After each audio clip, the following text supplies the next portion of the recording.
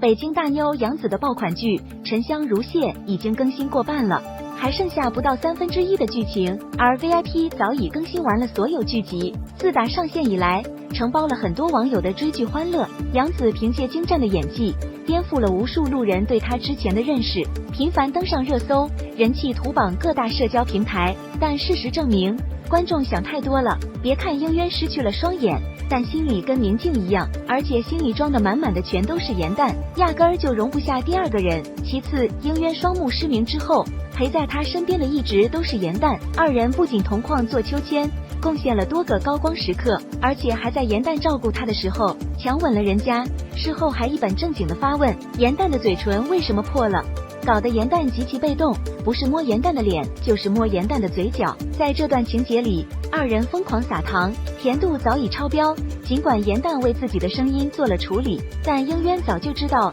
面前的这个人就是盐蛋，并且还让芷溪自己照照镜子，走心言论，怼得对方无言以对。值得一提的是，杨紫教科书式的演技，把两种不同的状态情绪拿捏得恰到好处，一边深情诉说，一边强忍眼泪，虐哭了不少屏幕前的观众。杨紫也是一样，表面上看满不在乎，嘴上说错过就错过了，不用再弥补了，实则心如刀割。失恋后的盐蛋可以放肆大哭，把自己堆积已久的情绪释放出来。反观英渊心中的痛，更让观众揪心。他对盐蛋的爱太深沉，太内敛，藏得也太深。当初双目失明的时候，内心充满了对明天的期待，只要跟盐蛋在一起就会开怀大笑。眼睛好了以后，心里却一片死寂，看到盐蛋伤心，想流泪都要强忍，只能选择没人的时候，一个人独自走到地崖，回忆美好的过去。后来诚意具有感染力的哭戏，还被不少剧粉推上了热搜，